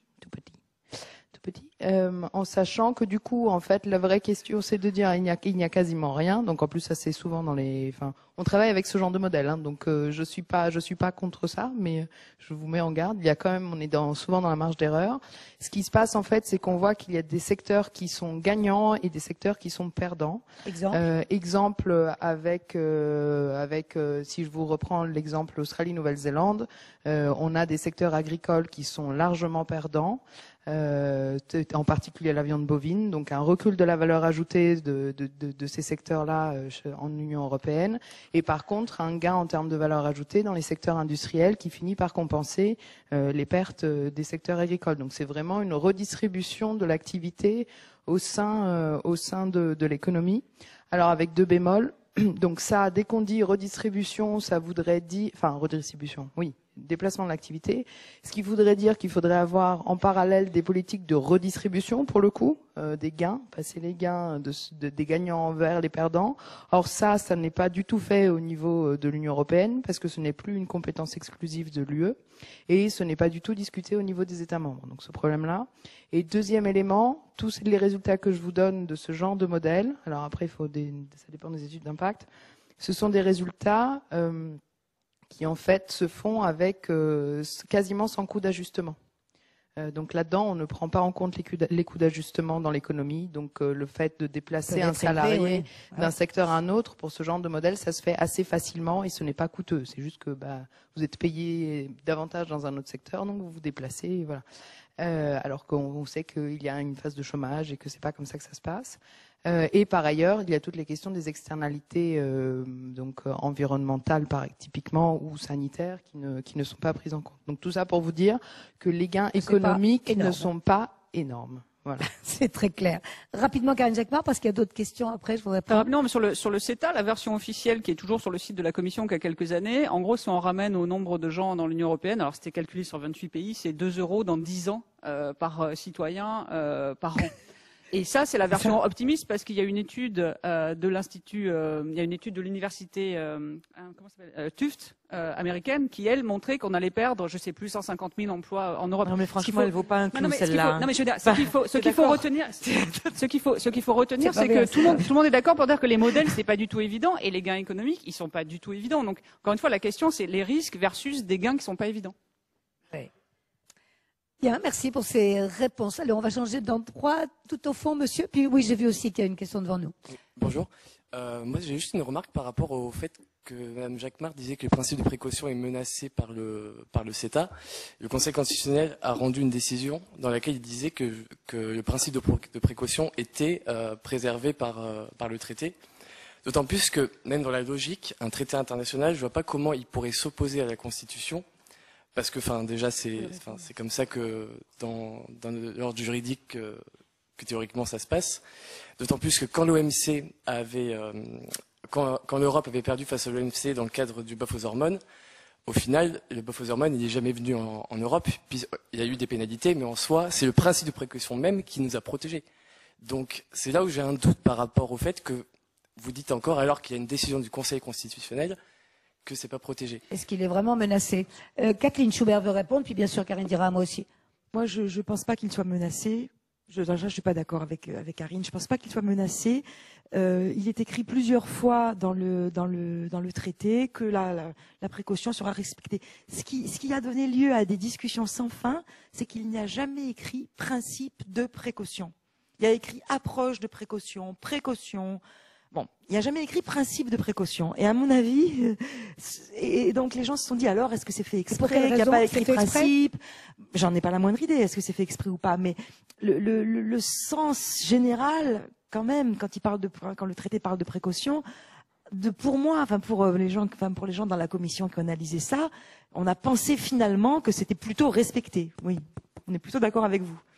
Et bon. Karine Jacquemart n'a pas le même avis. Non, mais pour le coup, c'est pas mon avis, parce que moi, je suis pas juriste, mais en l'occurrence, il y a sur notre site internet aussi une étude de 4 juristes européens qui a vraiment documenté sur le cas du CETA et du TAFTA. Et qui reprend ce que je vous disais tout à l'heure, c'est-à-dire qu'effectivement, on a perdu devant l'OMC sur la question des OGM et du bœuf aux hormones. Ça ne veut pas dire qu'on a été obligé de les importer, on peut encore faire ce qu'on veut, ça c'est bien, sauf qu'on a été obligé de payer des choses en compensation. Et par exemple, sur les OGM, on s'est engagé vis-à-vis du Canada à ce qu'on revoie quand même si on ne pouvait pas faire entrer plus d'OGM. Et comme par hasard, il y a le chapitre 25.2 du CETA qui ouvre un dialogue sur les OGM. On se comprend? C'est de la contrepartie. C'est-à-dire que notre décision sur la base du principe de précaution n'a pas été acceptée, ni par l'OMC, ni par nos partenaires qui ne voient pas du tout ça d'un bon œil, puisque eux ne l'ont pas. En revanche, ils essaient de contourner et de nous faire payer des choses en compensation. Donc ce qu'on dit demain, c'est que tant qu'on continue à faire des accords de commerce qui ne mettent pas le principe de précaution dans des chapitres contraignants, comme le chapitre SPS et OTC, et qui, au contraire, dans les chapitres contraignants, mettent les règles de l'OMC qui ne reconnaissent pas le principe de précaution, on est très vulnérable de se faire attaquer à plus forte raison qu'avant sur la base de ces accords commerciaux par ces États. Et la réponse du Conseil constitutionnel, il y a un peu des choses entre les lignes, mais on peut en reparler. C'est aussi un des points de la plainte constitutionnelle en Allemagne. Donc on attend aussi la réponse de l'Allemagne là-dessus. Bien, donc préciser un peu de désaccord entre vous. OGM, vous parlez de l'alimentation animale. Hein. Et puis je parlais des OGM qu'on autorise aussi ou pas en Europe, si. Quoi. Monsieur, oui, vous attendiez. Alors, est-ce qu'il y a des exemples d'accords commerciaux qui ont pu être établis sans que leur conception soit en fait protégée par un certain secret? Et est-ce qu'il s'agit vraiment de créer une nouvelle manière de faire des accords commerciaux? Et puis une deuxième question, c'est est-ce que l'harmonisation des normes peut-il amener à une compétition normative en fait dans le même style qu'une compétition fiscale entre les pays? Alors sur la première question, est-ce qu'on peut avoir des rapports de moins de 2300 pages et à peu près transparents? C'est ce que vous voulez dire? Non, très rapidement, je ne sais pas, mais je pense que dans les négociations commerciales, il y a besoin d'un peu de secret quand même, parce que pour une négociation, si on abat directement toutes ces cartes sur la table et qu'on dit voilà, moi c'est ça que je propose, il n'y a plus de négociation. Donc je pense que sur l'aspect commerce, il y a quand même un peu d'opacité au moment de la négociation. Bon, mais sur tout le reste, sur tous les autres aspects, je pense que ça pourrait être beaucoup plus transparent. En effet. Charles de Marcilly, vous aussi vous répondre. On avait parlé tout à l'heure de la transparence des mandats de négociation. Et là, la Commission, c'est récent, depuis 2 ans, commence à dire oui, nous on le souhaite, mais il faut une décision du Conseil, donc des États membres. Et vous avez encore des États membres qui refusent. La perception, en fait, c'est que vous allez acheter une maison, vous négociez avec le vendeur, et puis derrière, il y a votre petit garçon qui a un panneau avec le prix maximum que vous êtes prêt à mettre. C'est ça. Et vous êtes en train de négocier de façon très sérieuse, et derrière, il y a le prix. C'est un peu cette perception-là qui est encore parmi les négociateurs. Donc, il y a un équilibre à trouver entre ce que vous pouvez réellement mettre sur la table, et évidemment que tout n'est pas transparent parce que c'est une négociation avec une partie tierce, que l'autre cherche à gagner. Donc c'est une compétition, hein. Vous cherchez à imposer à l'autre votre point de vue. Si on est tous le même point de vue, ça s'appelle l'OMC, puis on serait tous contents. Ça ne fonctionne pas comme ça. Donc c'est une bataille, et on essaye quelque part de pouvoir garder quelques cartes dans son jeu, et ça me semble quand même relativement légitime, même si évidemment au niveau national, on doit pousser pour, quand les lignes directrices sont mises sur la table, qu'elles reflètent aussi l'intérêt national. Oui. Au passage, je voudrais juste, je crois que le nom a été évoqué tout à l'heure rapidement, parler du lobbying. Là aussi, je reviens toujours sur mes différences culturelles, mais là aussi, entre anglo-saxons et pays plus latins, disons, et dont nous ferions partie, nous, en France, on voit quand même des différences très sensibles. Il n'y a aucun complexe du côté des pays plus anglo-saxons, vous confirmez, à faire du lobbying, c'est même un métier et c'est assumé comme tel. Alors que vous me disiez, Cécilia Bellora, j'aime bien l'expression, qu'en France, on parlera plutôt pudiquement d'activer nos réseaux. Mais c'est parfois moins efficace, on est d'accord. Ça fait partie de la négociation, là aussi. Vous aviez une deuxième partie, pardon, Kathleen. Non, je voulais juste dire un point complémentaire sur les normes. C'est que les normes, c'est à double tranchant. C'est-à-dire que ce que nous, on peut considérer comme une norme tout à fait légitime, un partenaire commercial peut très bien le considérer comme du protectionnisme déguisé. Et c'est très subtil de voir la nuance entre la norme qui provient d'une préférence légitime et le protectionnisme déguisé.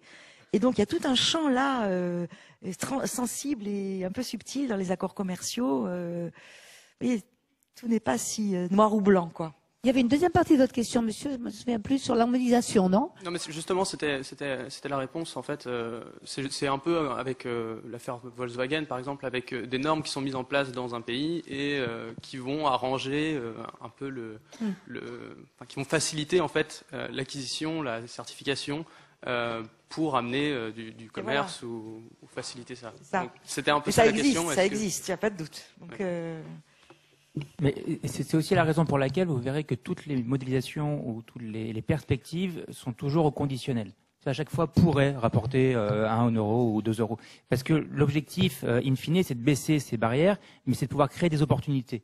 Après, libre aux deux économies, deux parties, de pouvoir saisir ces opportunités. Alors, ça peut être les PME, les grandes industrielles. On se rappelle de l'accord avec, par exemple, la Corée du Sud, où il y avait le ministre français en exercice de l'économie qui estimait qu'on allait être envahi par les voitures coréennes. C'est plutôt la Corée, si on regarde les chiffres, qui aujourd'hui s'aperçoivent qu'ils ont beaucoup plus de Renault et de Peugeot que l'inverse. Donc, c'est difficile de pouvoir se dire, voilà ce qu'on va gagner grâce à ça. Donc, signer, en fait, on crée des opportunités. Et celles-ci, elles peuvent être à terme positives ou peut-être un peu moins ambitieuses. Et ça, on ne peut pas le prévoir à l'avance. Il y avait d'autres questions. Oui, pardon, je vois des bras. On va aller un peu vers le fond. Monsieur, un pull blanc et ensuite je vois un pull rouge derrière, juste après. Bonsoir. Merci. Vous avez parlé de la dualité dans les négociations entre ce qui relève des compétences de l'UE et ce qui relève des parlements nationaux. Est-ce que la solution à tout ça pour accélérer le processus et aussi instaurer plus de démocratie, ce ne serait pas une Europe plus, voire beaucoup plus fédérale, dans laquelle on transférerait beaucoup plus de compétences, notamment dans la négociation des normes, au pouvoir de l'UE? Ça voudrait dire que les États ont davantage une politique commune. C'est le cas. C'est un des rares sujets où, pour le coup, Bruxelles avait une autorité une fois qu'il y avait ce mandat et qui pouvait parler d'une seule voix. Donc, c'est un élément de fédéralisme très manifeste. Maintenant, la question qui se pose, c'est par exemple, est-ce que le CETA était le premier accord d'une série ou est-ce que c'était une exception? dans le sens où, et moi, ma perception, c'est qu'on va plutôt avoir des accords à tiroir. Et donc, on va avoir des accords où il y aura une partie qui va être négociée, ça va avancer, ça va tourner assez vite, ça passera rapidement. Et puis, d'autres parties de l'accord, parce que justement, elles seront soumises à ces débats publics, de la responsabilité des parlements nationaux, qui prendront plus de temps, et on acceptera qu'il y ait une partie, voilà, qui sera temporaire et que ça prendra un peu plus de temps. Mais je ne crois pas qu'on va tout mettre en compétence exclusive, déjà parce que les traités le permettent pas, et je ne crois pas que ce soit la logique vers laquelle on va. Merci pour cette réponse. Oui, tout au fond, monsieur. Donc, bonsoir à toute l'équipe. J'avais une question par rapport à la CETA. Vous en aviez débattu tout à l'heure. Vous aviez dit, donc vous avez débattu des différents points positifs et négatifs. Excusez-moi. Finalement, c'est quoi votre conclusion par rapport à la CETA? Est-ce que ça a plutôt de l'avenir ou c'est voué à l'échec, simplement en général? Alors, Karine Jacquemart, qu'en pensez-vous? Le gouvernement qui défendait beaucoup le CETA, mais Emmanuel Macron a eu la bonne idée de demander une étude indépendante, en tout cas sur les impacts sanitaires et environnementaux. Le gouvernement a reconnu dans une réunion de concertation à laquelle je participais après, et Kathleen était là, je crois, que le CETA finalement n'était pas le bon exemple à suivre. Pourquoi? Parce que ce qu'on dit depuis le début, parce qu'il y a tous les risques qu'on a mis en lumière. Donc le CETA est malgré tout en train de créer un précédent. Parce que c'est le rapport dont on parle, là, c'est 5 autres accords en négociation, il y en a d'autres qui viennent derrière, et il est très difficile de refuser à d'autres partenaires avec qui on est en train de négocier, c'est l'Union européenne, ce qu'on a accepté avec le Canada aussi, quoi. Maintenant, nous, ce qu'on dit, c'est, puisque ces risques sont clairement identifiés, faisons quand même en sorte, dans les négociations en cours non encore achevées, de bien pouvoir les corriger. Donc le CETA est en train de créer un précédent, mais on aimerait que ce soit différent et qu'on parte sur un pied un petit peu différent en corrigeant les défauts du CETA. Mais souhaitez-vous, plus directement, qu'on abandonne le CETA?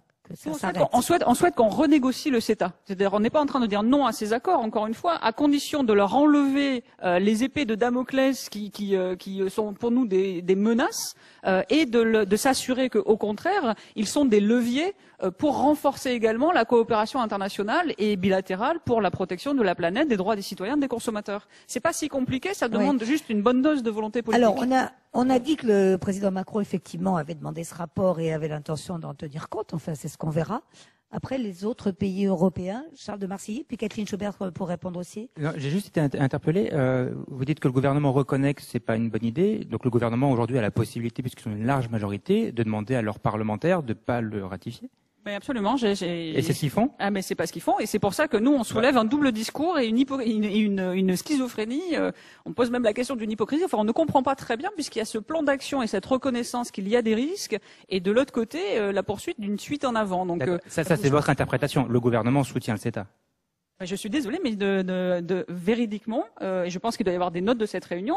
C'est la réunion du suivi de la politique commerciale officielle. Et donc Jean-Baptiste Lemoyne, le secrétaire d'État en charge, a dit, en effet, c'était la réunion de la remise de la conclusion du rapport. Effectivement, du coup, ça n'est pas un exemple à reproduire tel quel. Ça n'est pas le bon exemple. D'accord, mais est-ce que pour autant le gouvernement français va demander à sa majorité de ne pas le soutenir? La réponse est non. Je ne crois pas, ce que nous trouvons incohérent. Donc ils soutiennent. Enfin, pour l'instant, on verra. Moi, je pense qu'on est dans une question d'interprétation fine, c'est-à-dire que on tire en fait de la même analyse les conclusions différentes. C'est-à-dire que Karine tire la conclusion qu'il faut renégocier. Moi, je pense que le CETA, on peut l'améliorer. En fait, on peut à travers le veto climatique, à travers l'instrument interprétatif qu'on peut ajouter au CETA, on peut améliorer les choses. Je pense qu'il n'y a pas péril en la demeure, que ça ne va pas être une grosse catastrophe le CETA. C'est un traité avec un partenaire très comparable à nous. Bon, je ne pense pas que ce soit un grand danger. Par contre, je pense qu'il faut réellement prendre la mesure des défauts qui ont été mis en évidence pour les accords futurs. Ça, c'est très très important. Mais je dirais pas qu'il faut jeter le CETA, qu'il faut pas le ratifier, parce que je le vois pas comme un danger. Enfin, la Commission l'a pas vu comme un danger énorme. Elle a vraiment pointé ses défauts. Il faut pas les reproduire dans les nouveaux accords. Mais bon, le CETA, on va le corriger à la marge, quoi. C'est comme ça que je vois les choses. Non, je posais en aparté la question à Cécilia Bellora sur d'autres accords connus comme le Mercosur par exemple. Quelle dimension il donne à la question de l'environnement? Ça ne doit pas être très très loin non plus. Hein. Non, enfin, que je sache, peut-être vous en savez plus, mais il n'y a pas grand-chose là-dessus. On est très loin parce que du coup, on ouvre des quotas encore plus grands à l'importation notamment de bétail, de bœuf, et on connaît évidemment les désastres écologiques au Brésil notamment, et pas que, de l'agriculture intensive et de l'expansion de l'élevage, par exemple. C'est absolument pas pris en compte dans le Mercosur. Et d'un point de vue environnemental d'ailleurs, puisqu'on parle de ces accords, on a d'un côté le risque effectivement d'avoir ces quotas d'importation d'Amérique du Sud qui augmentent, mais en même temps on entend des réponses à certains syndicats agricoles qui disent mais ne vous inquiétez pas, on ouvre de l'autre côté les marchés pour le bétail français et européen vers le Japon. Donc on a comme ça une espèce de voyage de bétail, on ouvre d'un côté, ça vient d'ailleurs, mais le nôtre c'est pas grave, on va l'envoyer encore ailleurs. Et j'avoue que là ça pose d'autres questions. Mondialisation, démondialisation, c'est bien ça le thème. On y est. Une question très intéressante. Juste une remarque là-dessus, parce qu'il faut quand même pas oublier qu'on a quand même des politiques environnementales chez nous, qui restent quand même, un accord de commerce n'est pas responsable de tous les maux environnementaux, et en termes économistes, ça reste un outil de second rang pour gérer des questions environnementales. Donc, typiquement, on peut avoir des politiques environnementales chez nous qui sont efficaces et qui peuvent éventuellement réduire certains impacts. Et assez volontaristes. Voilà, et qui peuvent être assez volontaristes. Typiquement, sur les questions d'environnement, le respect de l'accord de Paris, par exemple. Mais qui n'est pas protégé par ces accords. Donc encore faut-il qu'on puisse prendre des décisions. Si on veut interdire le glyphosate demain, si on veut mettre en œuvre l'accord de Paris, est-ce que l'on pourra, ou est-ce que l'on pourra être attaqué par nos partenaires commerciaux ou les investisseurs étrangers? C'est ça la question. C'est demain on interdit le glyphosate. Bien sûr. Demain on interdit le glyphosate. Soit on est attaqué, on doit payer des compensations astronomiques, soit on est peut-être dissuadé et on va peut-être pas le décider parce qu'on sait qu'on va se faire attaquer. C'est ça qui est fou en fait. Allez, une toute dernière question. Je vois qu'il est bientôt 7 heures. Allez, deux, on reviendra vous voir aussi. Qui est-ce qui a levé le bras là-bas? Allez-y. Donc Merci. seulement, lorsque vous parlez d'une complexification des traités, et par exemple de traités entre les différents signataires, est-ce qu'au final, il faudrait une plus grande implication des citoyens et de la démarche citoyenne dans les traités, ou laisser plutôt ça aux personnes qui les traitent, au gouvernement, pour rendre justement ce système plus simple et éviter toutes les complications, comme parlait votre collègue, sur justement les contre-coups et les expropriations indirectes? Juste un mot très rapidement. Il faut beaucoup plus de transparence et beaucoup plus de démocratie. Ça veut pas dire que moi et vous tous ici, on va être dans la négociation de chaque ligne. Mais enfin, il y a quand même, on en est très très très très très loin. Il y a ça, et puis il y a surtout l'idée tout à l'heure de Kathleen qui est extrêmement importante. On ne peut pas laisser à des experts de commerce des négociations d'accords qui certes s'appellent de commerce, mais qui en fait vont toucher à tous les pans de notre vie quotidienne, que ce soit l'environnement, les normes sociales, environnementales, notre alimentation, les pesticides, la santé, etc. Donc il faut décloisonner, il faut que des gens qui connaissent un peu tous ces aspects-là puissent participer à la négociation, et que d'une façon ou d'une autre, il y ait beaucoup plus de participation citoyenne et démocratique, absolument. Ouais, c'est le rôle des parlements. C'est le rôle des parlements. C'est le rôle des parlements. C'est pour ça que vous avez des députés, pour prendre cette variété des opinions politiques, des sensibilités. C'est pour ça qu'il y a des organisations. Alors ça peut être le think tank, ça peut être le volet ONG, ça peut être le volet académique, ça peut être le volet institutionnel, les entreprises aussi, ce que vous appelez du lobby. C'est ça. Pardon, mais dès qu'on va commencer à être en relation avec le pouvoir public qui doit prendre une décision, vous faites valoir une vision d'un intérêt. C'est pas spécifiquement d'un intérêt particulier, mais c'est une vision d'un intérêt. Et le rôle du décideur, c'est de faire un petit peu le mélange de tout ça et de promouvoir l'intérêt général. Et les parlements bougeront sous la pression citoyenne aussi, s'il y a une volonté des citoyens ou un refus, pour reprendre toutes les menaces dont on parlait. Toute dernière question pour vous. Merci infiniment. Bonsoir, Sophie Brocard de Toute l'Europe. J'ai une question, peut-être Madame Schubert, par rapport justement à toute l'étude que vous avez faite, donc qui n'a pas pu être prise en compte dans le CETA puisqu'il a été mis en place de façon temporaire sans vos contributions, et le fait que potentiellement ces contributions serviraient pour d'autres accords. On vient de le dire très clairement que manifestement pour le Mercosur ce n'est pas le cas. Ou pour corriger celui-là, comme dit Kathleen, c'est pas fini. Pour corriger le CETA, d'accord. On a parlé de provisoire pour l'instant. Il y a des instruments. Bon, quelle est votre question exactement? C'est bien, vous confirmeriez à l'heure actuelle, expert que vous êtes, que la gestion, le suivi de la part du gouvernement français qui aurait pu être engagé grâce à votre expertise, qui aurait pu être le cas pour d'autres traités tels que celui du Mercosur, manifestement n'a pas lieu. Donc le suivi qui aurait pu avoir lieu pour tenter d'imposer des normes environnementales, sociales, que sais-je, manifestement, par rapport à ce que vous disiez, n'a pas lieu en ce moment. J'aurais aimé votre commentaire. Merci infiniment. Kathleen, je pense que c'est un peu tôt pour le dire, peut-être. C'est-à-dire que le vote au Parlement aura lieu en été. Donc le gouvernement a présenté un plan d'action en octobre. Pour l'instant, il faut bien l'avouer, il ne s'est pas passé grand-chose, je pense. Sauf qu'il y a quand même des études qui ont été commandées, en particulier peut-être chez toi. Hein. Il y a quand même eu quelque chose qui ont été faites. Il y a des réunions, je sais, qui sont organisées par le Trésor, enfin des comités de suivi. Donc il y a des ébauches. Pour l'instant, c'est pas franchement abouti. Il faut espérer qu'avant l'été, le vote au Parlement, le gouvernement aura des choses à présenter sérieusement au Parlement. Mais ça, peut-être pas. Je ne sais pas. J'ai pas été du tout associée à ce qui se passe maintenant. Honnêtement, je ne sais pas. Je ne vais pas me prononcer là-dessus. Relis votre rapport, so far. Le gouvernement essaye, hein, je crois, c'est ce qu'on entend dire, mais c'est pas suffisamment précis. Là aussi, il n'y a pas suffisamment de transparence sur les avancées. Donc le gouvernement essaye de pousser ces objectifs qui sont dans le plan d'action, d'avoir pour les prochains accords plus de transparence, le principe de précaution protégée, développement durable contraignant, etc. Mais pour le moment, ça n'est absolument pas le cas. Et la question que l'on pose au gouvernement, c'est si demain une conclusion arrive, il y a un vote au Conseil de l'Union européenne sur l'accord avec le Japon, ce qui est imminent. S'il y a une conclusion avec le Mercosur et qu'il n'y a pas dans ces accords ces fameux objectifs, est-ce que la France votera oui ou la France votera non parce qu'elle y met des lignes rouges? Et là, c'est pas très clair. Parce que on croit de façon, on est optimiste hein, à Foodwatch, on se bat pour des choses positives. Donc je veux croire et nous croyons que la France peut jouer un rôle clé pour justement revoir cette politique européenne, convaincre nos partenaires qu'on a tout à gagner, à gagner du temps et à revoir les choses. Mais ça n'est pas ce qui est en train de se faire. En tout cas, on n'en a pas la garantie. Oui, on aurait pu passer, on a peut-être manqué de temps pour ça aussi, pour vous donner plus d'éléments sur ce que disent les autres gouvernements, bien sûr, hein, puisqu'on l'a bien dit, le vote aura lieu dans tous nos parlements nationaux. On va dire affaire à suivre. Et de près, on peut faire confiance à Karen Jacquemart pour ça. Merci à tous les quatre, en tout cas. Merci beaucoup. Merci à vous. Merci à tous.